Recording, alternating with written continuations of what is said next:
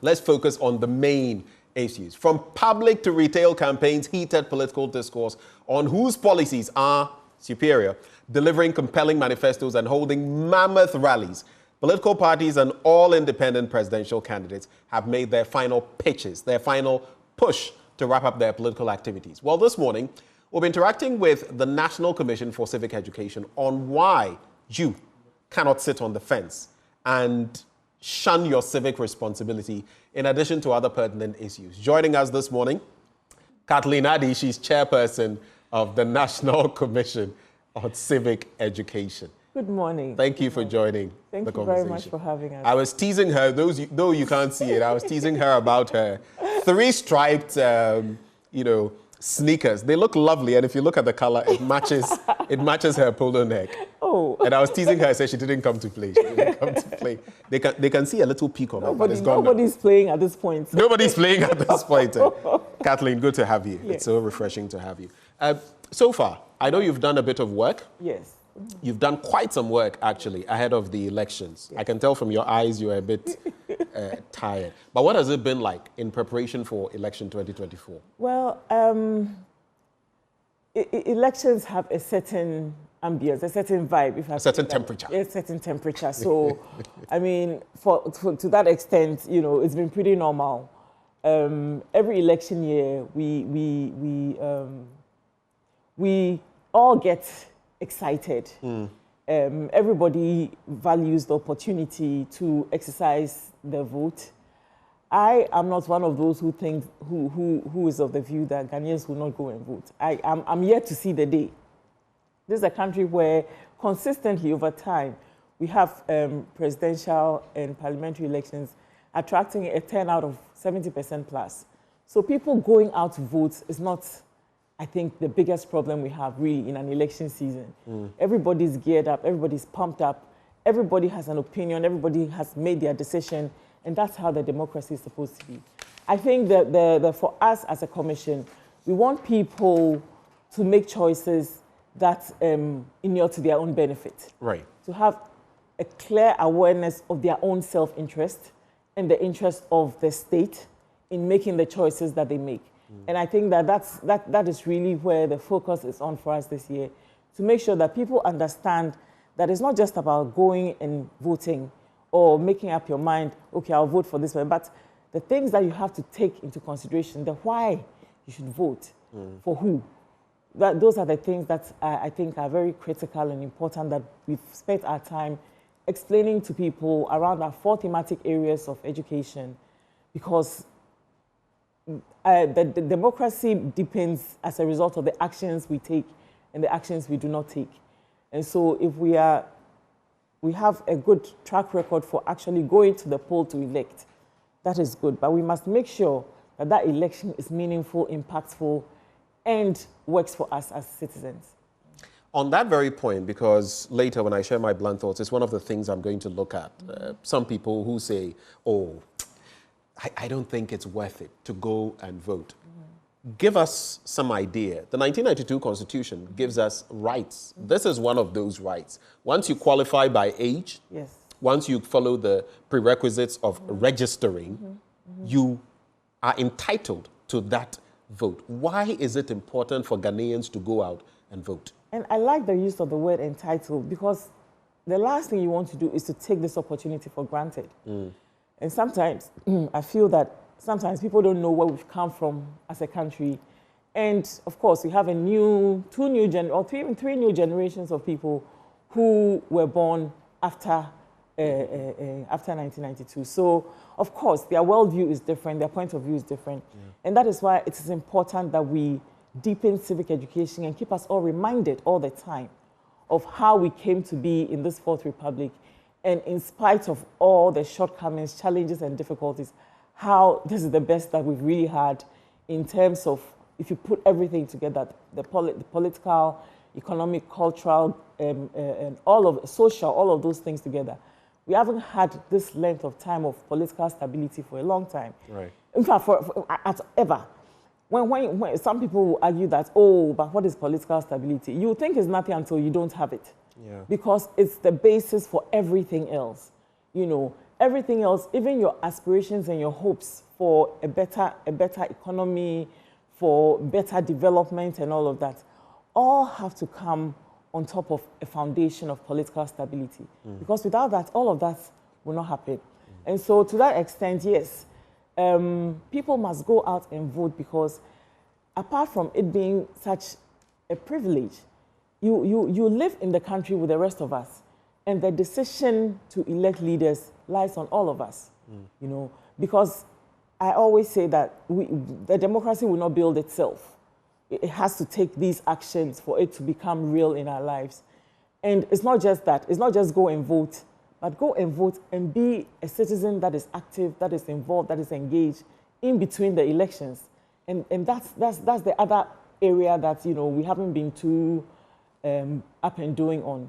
So hopefully this time after the elections, whoever wins, we will not go to bed. As citizens, we will keep alert.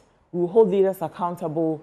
We will insist on for leadership to deliver what was promised from wherever, and we'll make sure that we don't sit back and allow others to build a society we don't want.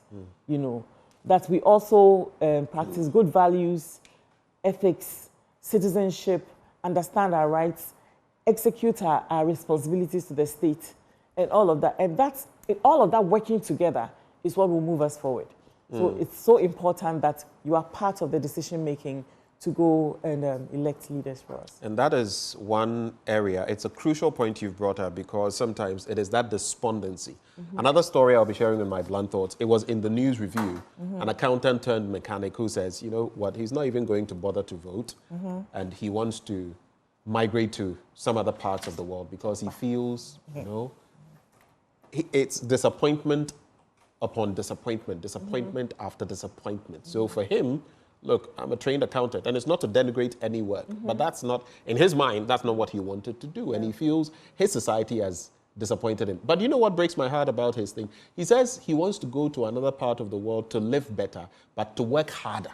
And I'm asking, why can't he work harder in Ghana? He feels there, when he works harder, he will get what he deserves, but here, he will not get it. It means we are losing out.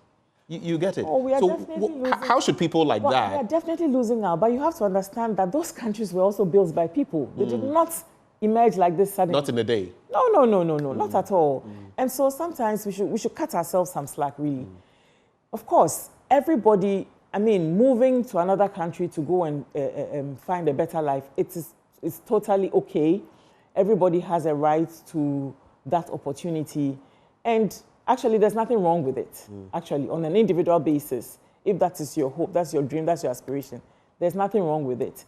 But you have to understand that the countries that you're going to, it took time for them to arrive. Rome wasn't built in a day. No, not at all. But it was built every day. It was built every day by people being there and building, you know. So, yes, I mean, if that's your desire, that's your wish, I would not sit here and say that it's wrong or don't do that. We all have, you know, our own dreams. But the foundation of the question is actually not even about whether it's right or wrong. It's about, you say we should cut ourselves some slack. But right before that, you had made the point about holding our leaders accountable to get the Ghana we want. The sort of country that all of us aspire to. When you read the preamble to the Constitution, what it says there about creating that atmosphere that all of us want. So I'm just juxtaposing the two. I agree. If maybe we had got to I'm saying appreciable that it's not levels. one or the other. That's what I am saying. That is not one or the other. In all of this, you must look at it and look at the other side as well. Of course, everybody has free will and can do what they want that is good for their life.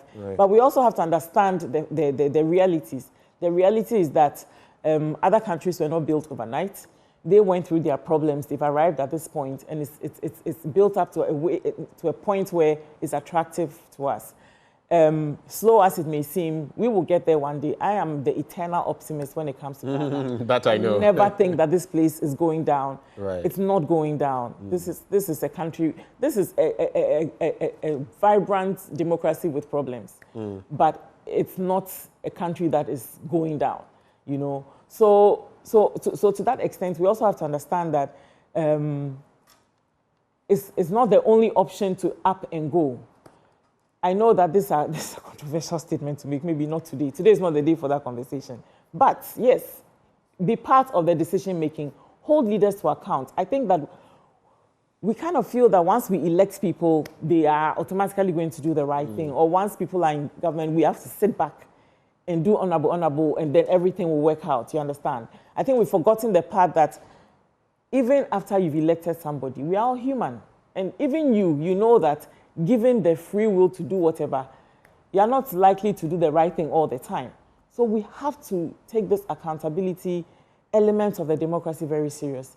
Make sure that we understand how to hold leaders accountable, and we do hold them accountable, because the Constitution is not such that just because you're an elected leader, you can get away with everything. It's actually not that way, built that way at all. But I think that we have not taken advantage of the opportunities provided to ensure that we are holding leaders account, not because anybody is bad or anybody, but simply because we have made that assumption, and maybe it's not even our fault. Of course, if you are elected, you have an obligation to the people who elected you. If you are elected, you have an obligation to ensure that you deliver on your end of the social contract. If you expect them to deliver on their end of the social contract, you expect them to pay taxes, to be law-abiding, to protect the state, to protect the symbols of it, to help be part of the solution of building the state. So if you are elected, you must also deliver in terms of development, providing security, providing infrastructure, and all those things. That equation, both sides. So there must be a balance. Leaders and followers must play their role. But so that's the reason why we can't just sit back after electing. We have to make sure that constantly there's the back and forth, that we are demanding and getting the things that we need. Sometimes it's not so easy, and I'm sure you know what I'm talking about. Sometimes demonstrations even about crucial issues. I don't want to, because of where we are today, I don't want to. But you've seen sometimes clampdowns on where there's illegality and it's left to fester, and then people who are trying to protest against the illegality and what they face. You know exactly what I'm talking about. I don't want to mention the specifics. But what you said brings to mind, after you vote the person and the person gets the title honorable, you must pin the person down so that they continue to act honorably. That's a little bit from what you said. And don't get me wrong, accountability, protest is an important element of accountability. It's not the only element. It's just one of them. It's just one of them. And the law allows it. Of course, the law allows it. I mean, that is one of the, the good things that our Constitution gives us. We are allowed to. Everybody is allowed to protest. You understand? But it's not the only way, to hold. And protest is not. There are other ways that on a day-to-day basis, you can hold your leaders accountable. Protest is things have come to a point, things have come to a head, and at this point, you want to make such a strong statement, and you want forceful point, such a forceful point. Yeah. Let me just bring in this. Even as we call on people to go out and vote, there's a good thing to celebrate, because in the special voting, it recorded a high voter turnout. The lowest turnout per polling station was 83%, and I found that very good. 83% is reassuring. It's not a problem in this country. It's not the 100%, yes. But 83% on many levels is an A grade. But 100% is unrealistic. It is unrealistic. In no jurisdiction will you get 100%. And most of but as close as you can come to it. Yes, of course. And most of the times where there's 100%, it's a bit shady. Yeah. I know what you mean. It's a bit shady. Yeah. So my thing is that earlier in the year, right, and maybe last year, a lot of polling will show that, and it's always the same pattern in election cycles in Ghana, will show that people are upset, they don't want to vote, they say they won't vote, this and that. But I trust that Ghanaians will always go out and vote. I think that the exercise of that power, that being part of that process is very important to our Ghanaianness, our citizenship. And I'm yet to see a true decline in reality, in practice, and not in polling.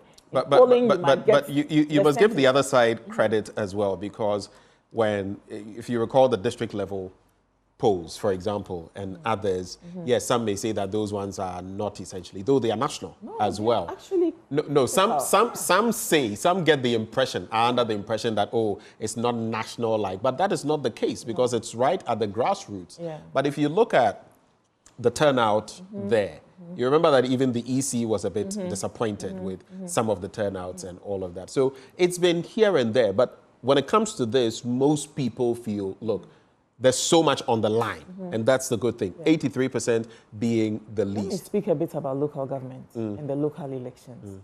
And that is one of the gaps in accountability that I talk about.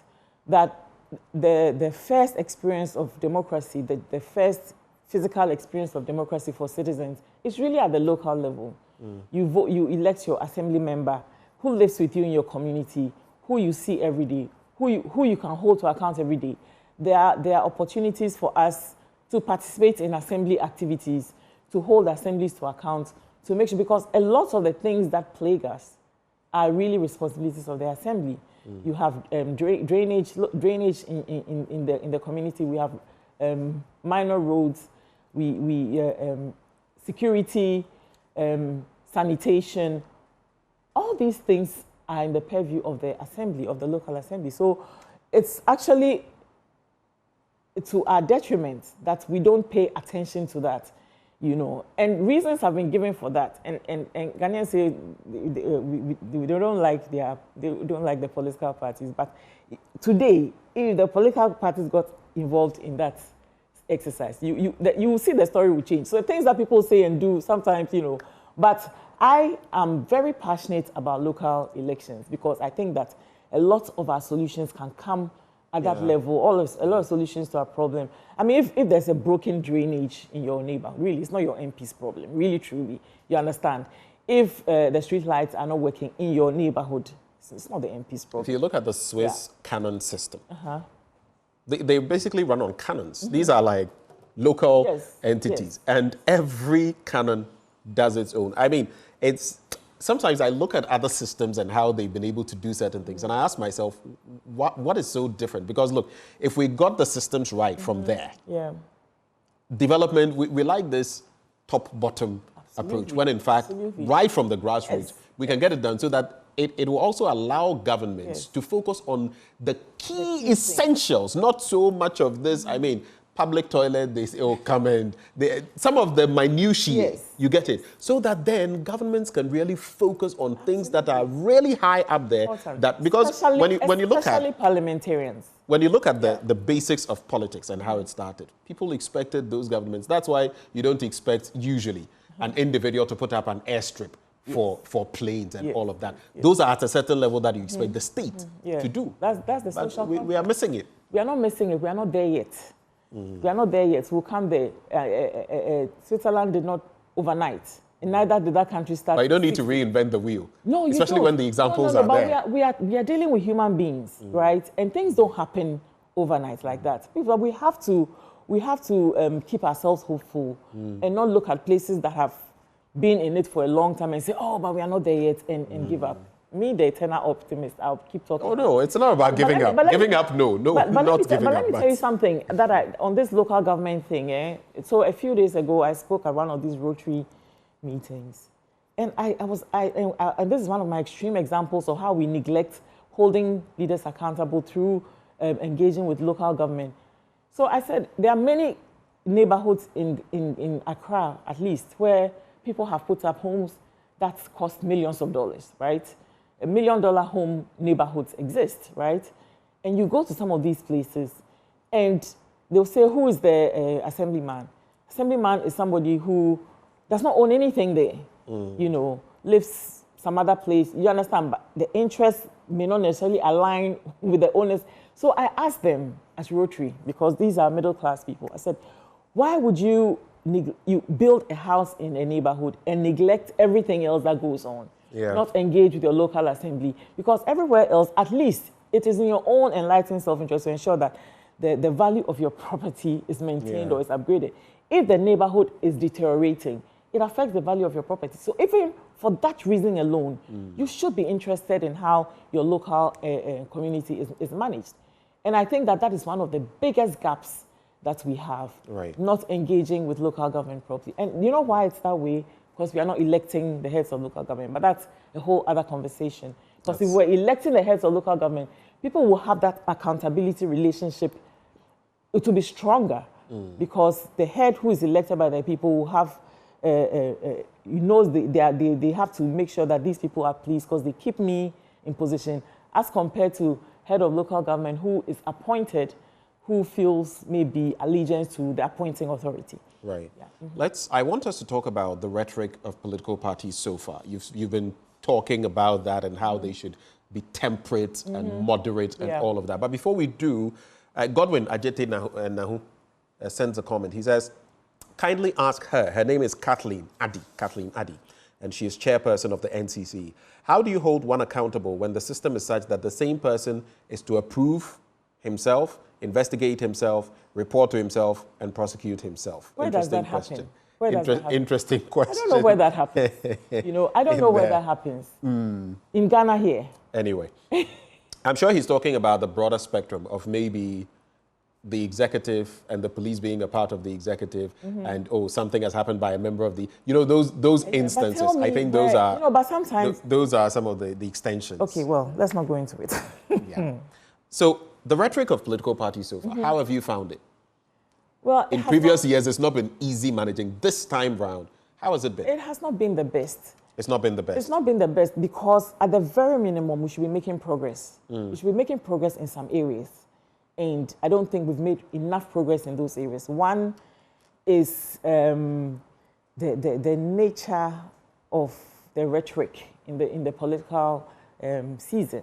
The insults, the intemperate language, the incitement, right? The call to violence, the threats of violence. I mean, 30-something years into the Republic, these things should not be so prevalent in the political discourse. But we still have it. And there are several issues that contribute to it. Part of it is media allowing platforms. Part of it is social media that has given everybody a platform. But we have to check ourselves as people. Just because you have a free platform does not mean that you must use it for the worst thing possible. The same internet and social media can be used to prosper society, to progress, to educate, to inform, for development. So when we choose to use it for negative things, we are doing ourselves a great disservice. I have not been too impressed with a lot of the rhetoric that has gone on. And I'm hoping that, again, that we will do something as citizens to make sure that we punish those sorts of behaviors. And we've seen, okay, you go ahead. Because I was about to talk about... what I mean is that, look, the people who do these things are not strangers, right? They are people we know. They are people who are our relatives, our brothers, uncles, nephews, nieces, mothers. They are people we know. They are not strangers in our community. They are people we socialize with. They are people we go to church with, part of our social clubs, people we work with, But I think that one of the things that we haven't done right is to hold these people socially accountable, So, for instance, yes, the legal system is there, but there's a system, there's a social structure that should also punish and reward certain kinds of behavior. So, for instance, if you take a church, and Monday, Tuesday, Wednesday, Thursday, you have certain members of the church who may be politicians or out there shouting, organizing people to beat other people up, being disruptive, insulting people. And then they come to church on Sunday, and what do? Honorable, sit here, and we act as if we are not aware of what they are doing, and we don't dislike what they are doing, So all of those are all of those things. We are part of the problem because we glorify such people. And people would often say that, look, you would find some of these characters in church, front row, elders, and all of that, instead of calling them out. And we pamper them. Yeah. When we shouldn't, really. Yeah. I said this at Rotary. I said we should call these people out. If all week long you've been out there being disruptive and causing trouble, when you get to church, we should call you out. the pastor must say, gentlemen, we don't like what you're But we have a certain system Yeah, here but that that foments. has to change. We have a certain cultural, you know, it's like, oh, nyame beye, oh, yen but nyame beye- kanenim, or yen penny, nyame those beye kinds is of fine. things. But if you find people misbehaving and breaking down your society, when you meet them, challenge them, they will stop. And what do you do? And our system ends up, oh, we are muadie. It doesn't mean say if the head of the church says that, look, according to everybody, we are all in this church and we have agreed that the way you are behaving, we don't like it. You are embarrassing us as a member of our church, as a member of our club, as a member of our family. You are you're embarrassing us and creating problems for us with this your behavior. If everybody was doing that, it would change. That's why I'm so proud that as a Catholic, the church has come out to say that, look, if you are involved in anything close to illegal mining, and we find out, you can keep your money. We don't want anything to do with your money. I'm proud of that. You may say that, oh, it will be difficult, but it's a signal out there that, listen, if you are engaging in this, keep your filthy money. Don't even bring it close to us. We don't want it. That is a clear example of how we can exert social pressure on some of these things. You understand? Because it also helps the wheels of justice to roll faster and more smoothly. Because at the end of the day, we are all human beings. You understand? So let's not always. I feel like as citizens, there's so much more we can do. We have not, used our power as much as we can. There's so much more we can do with our power as citizens to make sure that things work out better. Okay, and speaking of the political parties and their rhetoric, we've also seen a ramping up, an increase in doctored videos. I've seen from different sides. Misinformation and fake news. Different sides. Misinformation, disinformation, because some of them, they know that this is not it, but they'll still put it out there. Oh, this candidate said this, when it's not true. That candidate said that, when they know that it was, even last night, there was one, I don't want to mention. All of those are there. Then you would have manipulated, we also suffer, manipulated flyers and quote cards. It is not from you, but they splash it on top and put it out as though it were from a credible media house. We've suffered all of that. I'll tell you something that is funny. It. Which one? Tell How me. the media suddenly became very interested in this issue when they became victims. We've always been interested, but of course, if we are targeted, the interest was different. It gives me so much joy because every time Kathleen. when people became victims, suddenly you understand the gravity of the situation. You know, it's a terrible state of affairs. It's a terrible state of affairs, and I think that misinformation, fake news, is a problem that is global in nature. Many well-established countries are also suffering from it because, again, it's coming from a tool that is totally unregulated and can be used for anything, good or ill. What really hurts me is how we are not using it for good, you know, because there is such an opportunity with social media, the internet, development, even AI and all of this, such an opportunity. And again, instead of taking opportunity, we are missing it and using it for ill. You see young people who have, you know, I'd say they are suffering. You know, maybe they are hungry or they don't have jobs. And then maybe you get 10 cedis to do something and you use that 10 cedis to buy data. And you forgo food. Use 10 cedis to buy data. And one would think that once you've invested in that data, you will use it to build yourself up or to add value. And you find that, again, the culture is such that when the little bit of data that you have, it's for the insults, it's for the spreading of false information and all of that. And a lot of times, people don't realize that they are pushing an agenda that they may not even be aware of, right? So somebody puts out this inflammatory, inciting information out there. They splash Joy FM on it, you know, or maybe they even don't splash it, but you see it and immediately you get all emotional. You are pushing, you're forwarding. The agenda that those people who put it together are pursuing, you're not even part of it. You don't even know it, you know.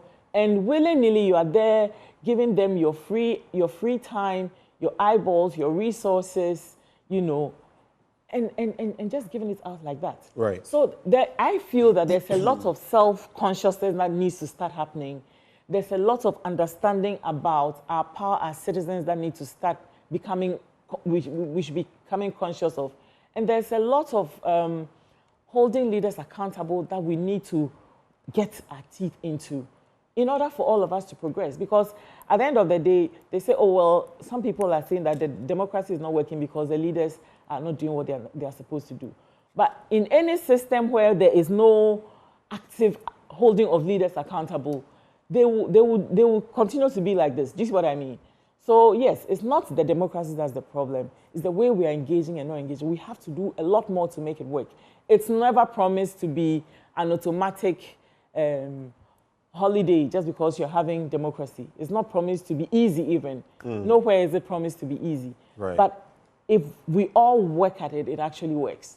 Let's look at core voting issues. Okay. I'm talking about influence peddling. I'm talking about money sharing, food and drink sharing. I'm talking about taking photos of ballots cast and putting them out there. There's something interesting. If you decide that I've cast my ballot in secret, no photo or anything like that, you go and put it in your ballot box, and then you go to your mother and tell your mother that, oh, I voted for this or that candidate. You've committed no wrong in reality. But taking a photo in itself is wrong. We've spoken about, especially since 2012, if you look at the rhetoric since then.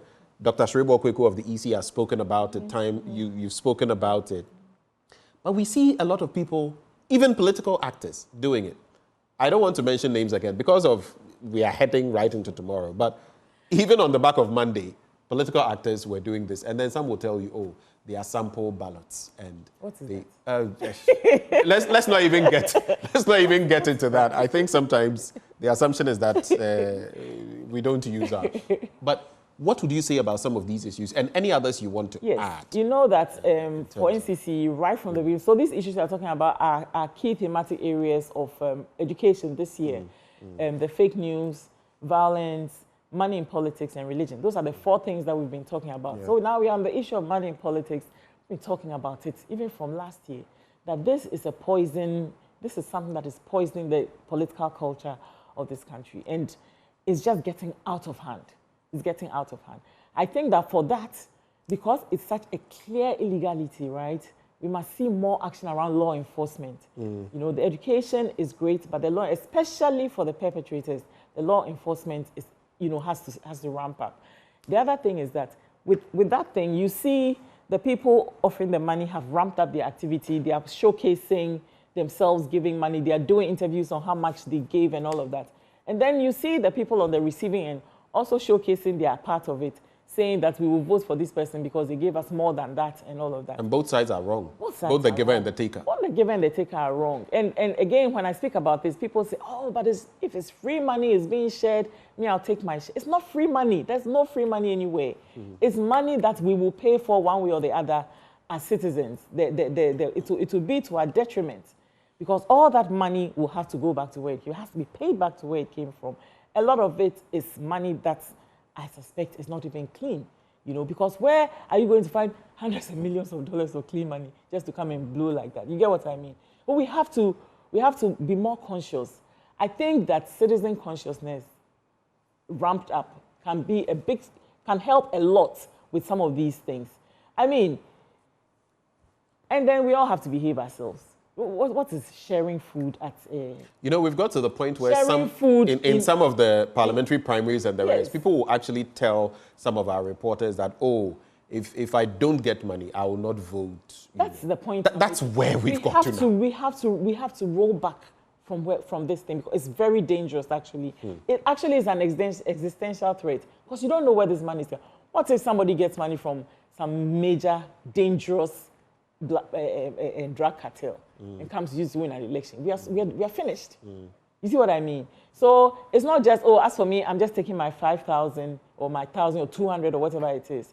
There are huge implications for this thing growing in our political culture. And we must all have the self-consciousness of it. A lot of times we excuse wrongdoing. And we say, oh, it's not, you know, it's the same thing with... In fact, you've reminded me of an interesting one. Was it yesterday or 2 days ago, on the back of the distribution of food at Ayawaso West Wuogon and all of that? a caller called in and said, oh, but it wasn't raw food, it was cooked food. The surprise on your face.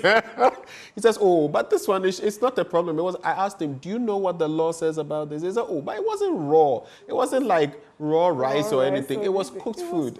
Oh. We have all of this in the system. So obviously there's an education deficit there as well. So that's why I'm actually telling you, because that's where your role comes in. I own up to it. There's a huge education deficit as well. He got me laughing.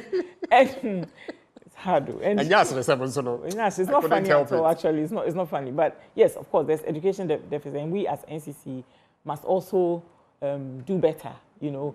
And it has to go, you'll see that from next year we change a lot of things in the way we're doing things. Because I think that we have to go back to the whole idea of a civic culture, a good citizen.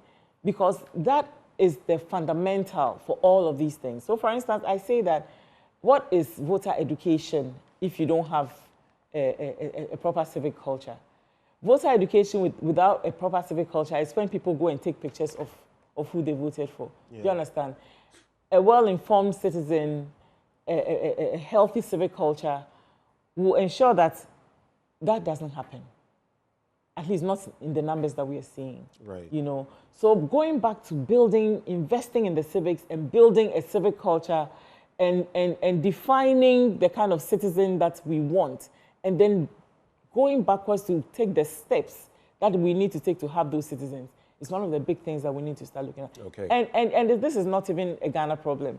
Across the world, the way the world is in this situation right now where everything is up in the flux, big countries are falling, people who are undemocratic are benefiting from the democratic setup because they have managed to capture the minds of people and they have managed to understand the needs of people and say that we will respond to this need that you have in that way.